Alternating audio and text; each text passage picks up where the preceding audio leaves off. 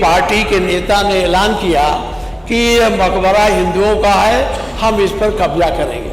और भारी संख्या में लोगों को लेकर वहां आए और हल्ला करते हुए पुलिस को धक्का मुक्की देकर उसमें घुस गए और तोड़ फोड़ किया। सांप्रदायिक सौहार्द बिगाड़ने की कोशिश भारतीय जनता पार्टी की सरकार कर रही है।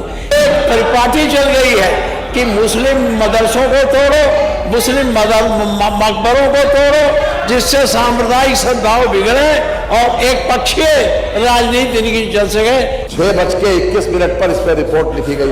10 लोगों के नामजद है और 11वां 150 लोग अज्ञात। बाकायदा इस पर रिपोर्ट पंजीकृत हुई और पूरी तरीके से कानून अपना काम करेगा। जो भी कानून को अपने हाथ में लेने की कोशिश करेगा उसको न्यायिक प्रक्रिया के तहत दंड जरूर मिलेगा। माननीय उत्तर प्रदेश विधानसभा मानसून सत्र के दूसरे दिन फतेहपुर के मकबरे में भगवा झंडा लगाने और तोड़फोड़ का मामला छाया रहा। मंगलवार सुबह सदन शुरू होते ही नेता प्रतिपक्ष माता प्रसाद पांडे ने फतेहपुर मकबरा विवाद की चर्चा को लेकर मांग रख दी। प्रश्नकाल के दौरान माता प्रसाद पांडे ने कहा कि फतेहपुर में संगठित ढंग से एक पार्टी के नेता ने ऐलान किया था और कहा था कि यह मकबरा हिंदुओं का है, जिसके बाद पुलिस ने बैरिकेडिंग की, लेकिन भीड़ अंदर घुस गई। मदरसों और मकबरों को तोड़ो जिससे सांप्रदायिक सौहार्द बिगड़े। उन्होंने आगे कहा कि सौहार्द बिगाड़ने का काम चल रहा है। भारतीय जनता पार्टी प्रदेश में दंगा कराना चाहती है। इस दंगाई सरकार के खिलाफ हम झुकेंगे नहीं। साथ ही यह भी कहा कि पुलिस के दम पर सरकार नहीं चलेगी। जिसके बाद सपा विधायक वेल में आकर नारेबाजी करने लगे।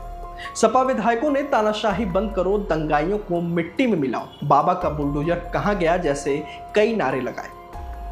वहीं करीब 3 घंटे तक चले इस हंगामे के दौरान मुख्यमंत्री योगी आदित्यनाथ भी सदन में मौजूद रहे, लेकिन नेता प्रतिपक्ष का जवाब मंत्री सुरेश कुमार खन्ना ने दिया। उन्होंने कहा कि फतेहपुर बवाल में सरकार शामिल नहीं है।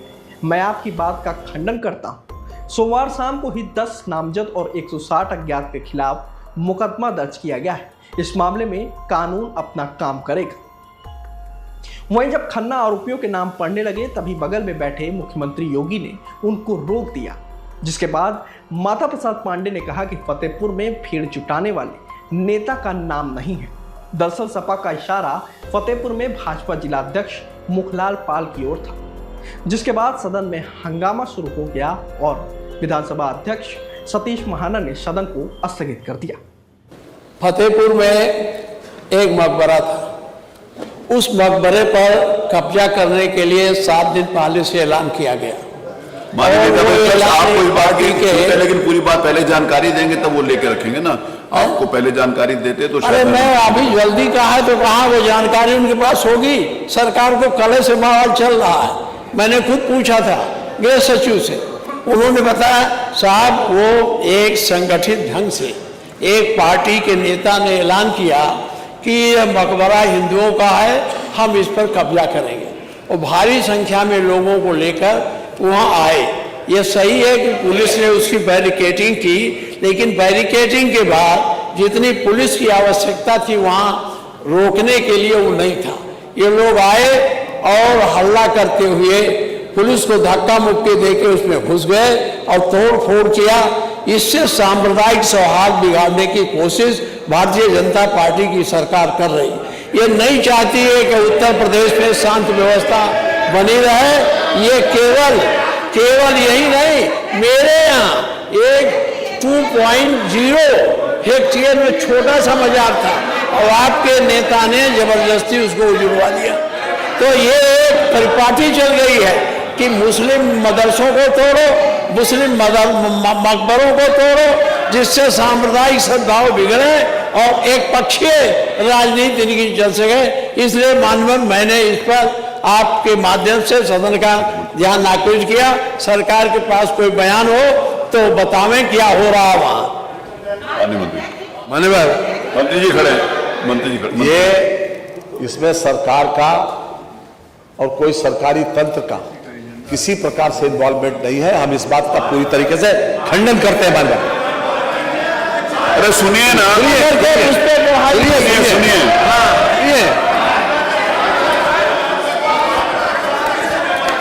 पूरी तरह सुनिए। माननीय ये सुनिए पूरी बात, कोई विषय है तो बात का सुनिए ना। माननीय नेता विपक्ष ने जो विषय उठाया उसके बाद उत्तर में तो सुनिए। आप जवाब सुनिए तो सही। पूरी अगर कोई विषय है तो आनंद जी बताइए। इसमें क्राइम नंबर 300। सुनिए ना पूरी बात।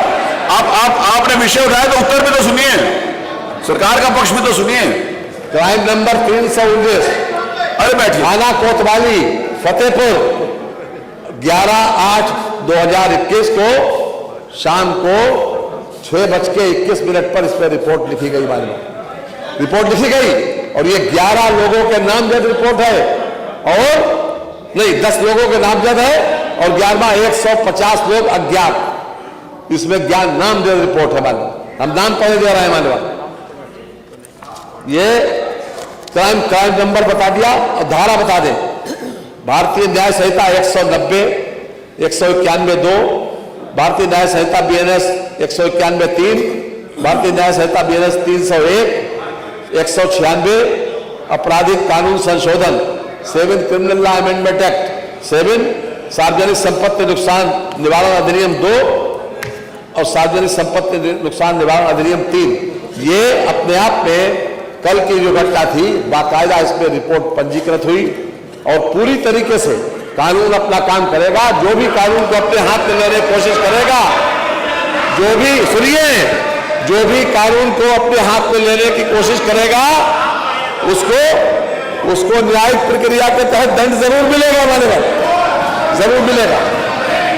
यही मैं कहना चाहता हूं। आपके पार्टी के अध्यक्ष ने घोषणा की और वहां सफाई दर्ज हो उस गई है। मुकदमे में उनका नाम नहीं है। अरे अब है कि नहीं? पार्टी के जिला अध्यक्ष ने घोषणा की। आपका मन नहीं है क्या चलाने का? पूरा जवाब आ गया सरकार की तरफ से।